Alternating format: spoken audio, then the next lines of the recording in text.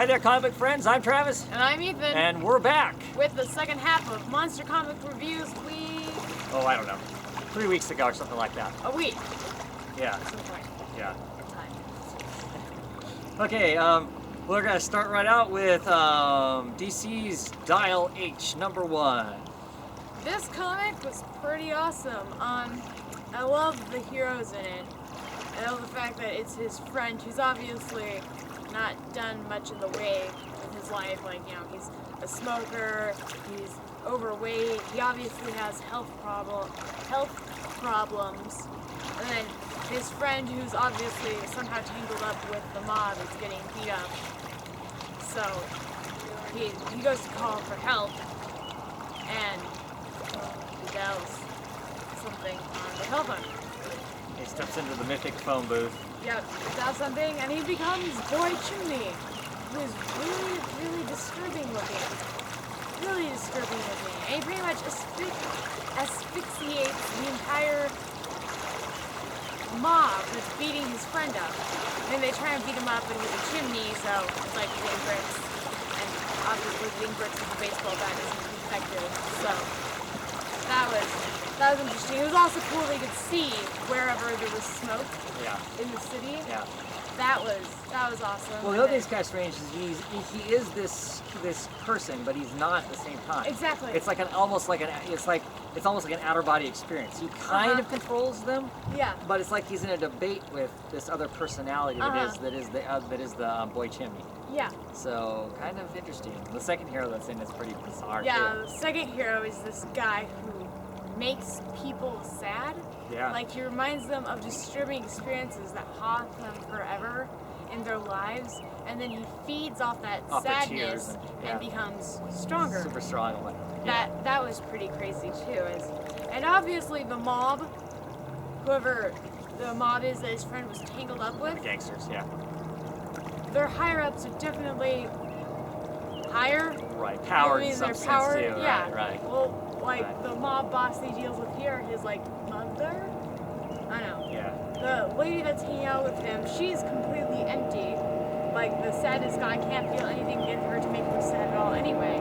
She like splits this goo stuff at him. So it should be interesting. I like the main character because he's, I don't know if he's Joe Average, but yeah, like you said, he's a smoker, he's overweight, he's lost his job, he's just kind of a loser, really. Yeah. You know, so, here's this kind of fat, guy that, running with, he died of a heart attack and whatnot. It's gonna be interesting to see how this goes forward with the character. Is he gonna continue to be? I don't know if he's gonna be the main character. Or the main character through the first arc, and then once he's done dealing with these gangster dudes or whatever. Are we going to have new people? I don't know. Is he gonna have to run back to this phone booth every time he wants to become a hero again? Yeah.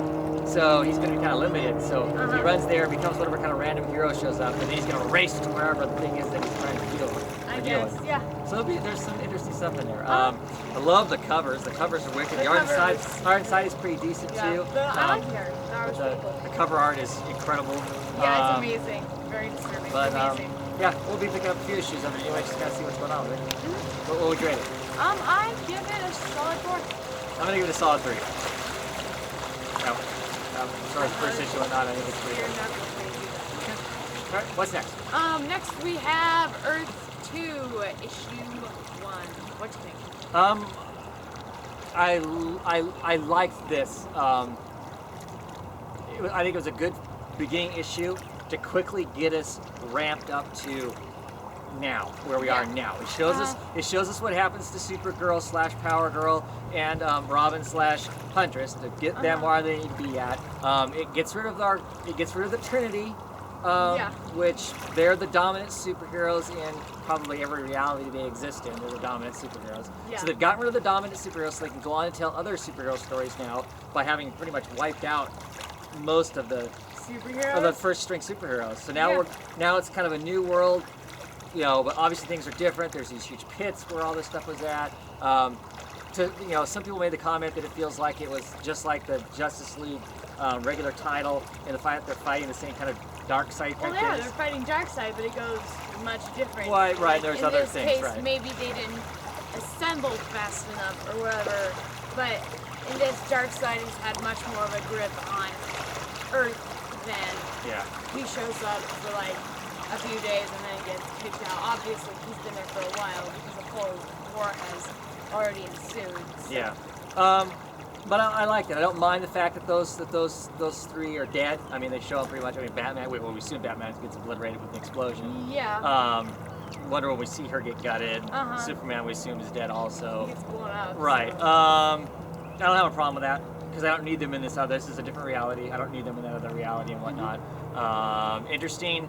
The potential for Jay Garrick. You know, he's the Flash from the old school Flash with the pot helmet and whatnot. To be the Flash. To be the Flash, but obviously, different origins. well, duh, yeah, oh yeah. If Hermes is going to pass his power on to her, then yeah, definitely it's her. Him. Pass it on to him. Sorry. Yeah, that should be. So yeah, that'll be kind of cool, different origin there and whatnot. Me personally, I'm excited for the book because I'm excited to have some of those old school people back. I'm just curious how much they're going to change it. Yeah. Okay. So I would give it a solid 3 out of 5. Yeah, I give it 3. Makes sense. Okay. Next up, we have Stormwatch. Wait, I'm next. You're next? Yeah.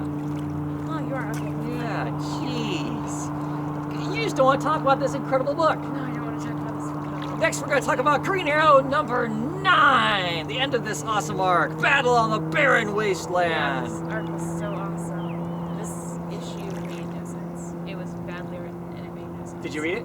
No. Then how can you say it made no sense? I read like part of it and then I decided that instead of throwing up all over, that I should probably just put the book down. Oh, okay. So. Okay. No. I guess I thought the little 6-shooter pistols, they were fun, I guess. Arrow gun. The arrow gun. That's what I'm gonna call it. Whatever, but I mean, and it made sense that maybe you'd have some new gadget because what's her face, Skylark? Skylark number, whichever they she are. is. Techno geniuses. Yeah, so I guess it makes sense. Plus, like during the previous incarnation of Green Arrow, way back, like during the crisis before Final Crisis, I don't know, sometime after that, I got to watch Green Arrow fight Dr. Light, and he had this like machine plasma, so there's a little bit of remembrance on that. And it amused me because that's when he fights Merlin, and Merlin sticks 2 bolts in him, and then he gets pierced through, and then he comes back, and he can do a lot more than just shoot arrows. Oh, yeah, well, he goes hand in hand with Slade and totally beats the crap out of him. Yeah. Yeah, back in the good old days. But yeah, good. Not this. Yeah, I did not like this issue. You're spending more time talking about this than I thought you would. Okay, I'm done here. The book is not good. Green Arrow, as anybody's been watching these things know, is my favorite character. He certainly has been since the relaunch. I was excited originally about this new team, a creative team, because I thought they were going to be great. There are a few things in the book that kind of interest me. His relationship with the Skylark and them swapping around on him and whatnot, kind of messing that whole thing up, was somewhat interesting. But he threw it away so easily, like, yeah, whatever, babe. And I hate the way he talks. I hate the fact he says babe. I hate the fact he says dude. I hate all of that. I mean, too young, too dumb. Yeah. This book gets one more issue from me and then drops off the thing. Yeah. Obviously, I've ordered in advance, so I'm going to get 2 or 3 issues regardless because I've already ordered them. I can't get rid of them now. I'm going to read the first issue of the next arc. If it's anything remotely like this has been, then I won't be over-ordering anymore. I'll probably still review a couple issues. Like I said, I got more. Cool. I'm done. Got the next issue, and it's over with. Okay. I'll quit reading it. I give this book a 0. Yep. It's a 0 for me too. Sad. I'm so proud. Yeah, two times in a row I've given that a 0. Yeah. Why am I still getting it? Anyway. I don't know. Sad. Okay. Next up, we have Stormwatch, as previously mentioned. What'd you think? Stormwatch number 9, where we show off one of the Red Lanterns. Which Peter really doesn't have much in it. I mean, he shows up and is a badass, and I actually really like this. You know what? I felt like Milligan was struggling on Justice League Dark. I think he works well on this book. At least I've liked it so far. I like the characterization of Midnighter in here. It felt really like this issue was mostly about Midnighter.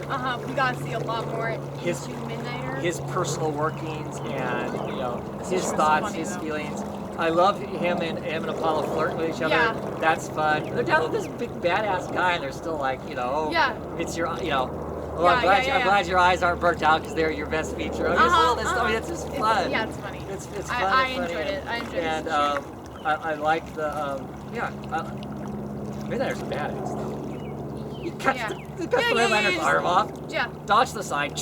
Oh well, you don't have that ring anymore because I took your whole arm off. Yep. And then I thought it was an interesting concept. I don't know. We don't read any Green Lantern books. I don't know if this is. But I thought it was kind of cool the fact that Red Lanterns may not actually be alive. Yeah. Well, we see that's we don't.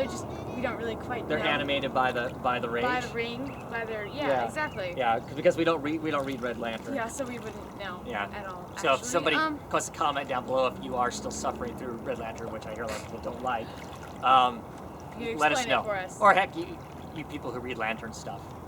Are they dead? Are they dead and animated by the ring, or what? Yeah. Or maybe it's just this funky one with the horns. Maybe it's two species. I guess I don't know, but it was interesting. I liked it. I love the fact that Jack is flirting with the city. Yeah. Yeah. Oh yeah. I like the characters as well. And then it was definitely cool seeing that new villain. I guess he's a villain. He does wipe out some stuff, but I can't remember what his name is. Yeah. He's like an ex. They find out that he's probably an ex Stormwatch dude. It seems to be, and he kind of loses it, and Midnighter just breaks his neck. Yeah. Everybody else is freaking out because he's gonna turn into this bomb. He's gonna blow up. He's gonna blow up the whole place. Midnighter just kind of twists his head around and breaks his neck. Like nothing. It's like, whoa. They're like, wow, did you hear that? You're going to be the hero as he's walking on. Because he knows that he's walking that edge. And really interesting. I really liked it. Really had a lot of character. A lot of character in the book. I guess you could look at the flip side. You could go, oh, well, the book wasn't very good because it's a teen book. And it really was only about one guy. But I think you need to have those. You need to, amongst the team fight, you need to have the individuals so we can get a reason to understand and like or not like those people. Yeah. I think you did that pretty well. So what'd you give it? I give it a solid 4. Yeah. I really enjoyed it. I have new hope for the book. It was one of those books I wasn't sure about. Alright, so next we'll talk about Swamp Thing number 9. Yeah, this book is awesome. It's so great. It's pretty cool watching Alec try and deal with the queen that she is. Yeah. Breaking her out of that. That was pretty awesome. So, but obviously before he manages to do that, she totally rips him up. Oh yeah. Like she shreds him, and then she's done being evil now. She's done being that big giant. Yeah, the queen. She's done being the queen, and then Seth. Yeah. So it's like, well, that's okay. You just totally wiped out the Green's last chance, so they're screwed anyway. And then she's like, oh, really? And then she totally she's scary. She unleashes on him. It was cool seeing that. Kind of a badass it was cool anyway, seeing. but Well, I can see the fact that the first time that we see her, she shows up and she blows one of those zombies' heads off with a shotgun. Right. She's like, get on the motorcycle. That's right. It was cool seeing the fact that because she's embracing the rot compared to she's not running from it anymore. Yeah, right? because she's not letting it control her. Because she's embracing it, it allows her to not become the queen, right. but to still manipulate its powers. Right. That'll be interesting going forward storyline too, because I'm assuming if she's still in touch with the rot, that means the rot can still know where she's at, know what she's doing, all that kind of stuff. Yeah. I just love the fact that how he gets to her is he stuck a peach seed in her. That was great. Oh the fact my God. That he does the vanilla seed thing. Yeah. I was wondering if maybe that'd come down later. I was like, that's just a coincidence. Sure. Because they showed her. They showed her when they were eating. He's like, here's some peaches. Oh, right. I was just like, that's nice. Really, I didn't even think about it. It didn't even cross my mind. until he's like, oh yeah, the peaches. I'm like, oh my god, those peaches, yeah.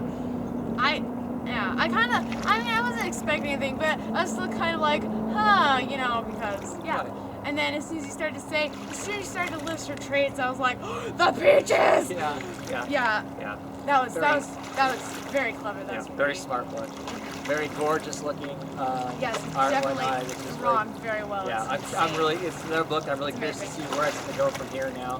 You know, they had the battle with Seth, and the Black King's rising up. So, so what's whoever next? he is. So what's next? Yeah. It's Yeah. gonna be awesome book. I'm giving it a 5. Yeah, I'll give it 5 too. It was a good ending to the. Oh my gosh, how's this battle gonna end? Yeah, definitely. Okay, what's our last book? Finally we have World's Finest Interesting Power Girl issue 1. What you think? I'm excited to read this. I like these characters. I think it's gonna be cool for them to be a team up. This quickly pushes us into them being dressed up in the land, superheroes. It kind of explains that Karen Starr hasn't been up to this point. She's been making lots of money. She's been using her money. It looks like to gather technology to see if they can get her back. That's her goal, is to get them back to their world and whatnot. Whereas it seems like she's resigned herself to, I'm here, I'm going to fight crime my way and do my thing and whatnot. I'm very sad at the very beginning to see them burn Helen Butcherella's personality. That was my favorite Huntress going before this. But obviously this is the Huntress we have. I'm okay with that because she has enough of the personality traits of the Huntress that I like. Then I'm fine with that. I think they need to do a better job of explaining why Power Girl has suddenly decided to decided to become Power Girl. Why has she suddenly decided that she wants to be a superhero now after all this time, after 5 years of not? Why is she suddenly just pumped? Oh, look, here's the costume. I'm going to put this on and we're going to go. I'm going to be superhero now. Yeah, that didn't make much sense. Yeah, Plus it's a stupid costume, so. Yeah, it's a butt ugly costume. There's no offensive about it. It's definitely a butt ugly costume. I mean, the boob window was embarrassing in a way. But at least Power Girl. Right, we've accepted that. But this atrocious pee across her boob makes it even ugly. look weirder.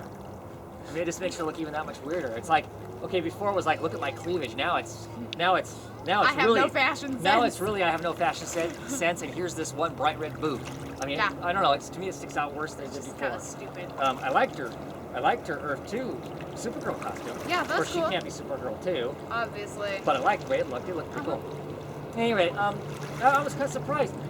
George Perez did the artwork in this. I've always been a George Perez fan. I don't know. It was just all kind of marginal, the artwork for me in the book. But it wasn't bad, but it was just really generic. Yeah. It was very generic. I don't know if that's the inker that's inking his work or what, but I don't know. It didn't have a lot of that to it. Yeah. But I'm excited for this book going forward because I like the two characters. Yeah, I like this book. It was okay. It felt like it was a stable. That's the word. It was a stable first issue. Yeah. It wasn't bad. It wasn't anything amazing, but it doesn't. Like I said, my one beef with it is why is she suddenly decided she's a power golfer? Is that tight? After 5 years of not being a superpowered person, and it's like, now I could have seen that. Okay, whoever came in and destroyed all the equipment, if they destroyed what she's thinking is probably potentially her last hope of being able to travel back, then she could. Then she might go, okay, well, since I'm stuck here, I might as well make the best of it. But it strikes us as she's always had this costume. She's had this costume. This is a plan already anyway. Yeah.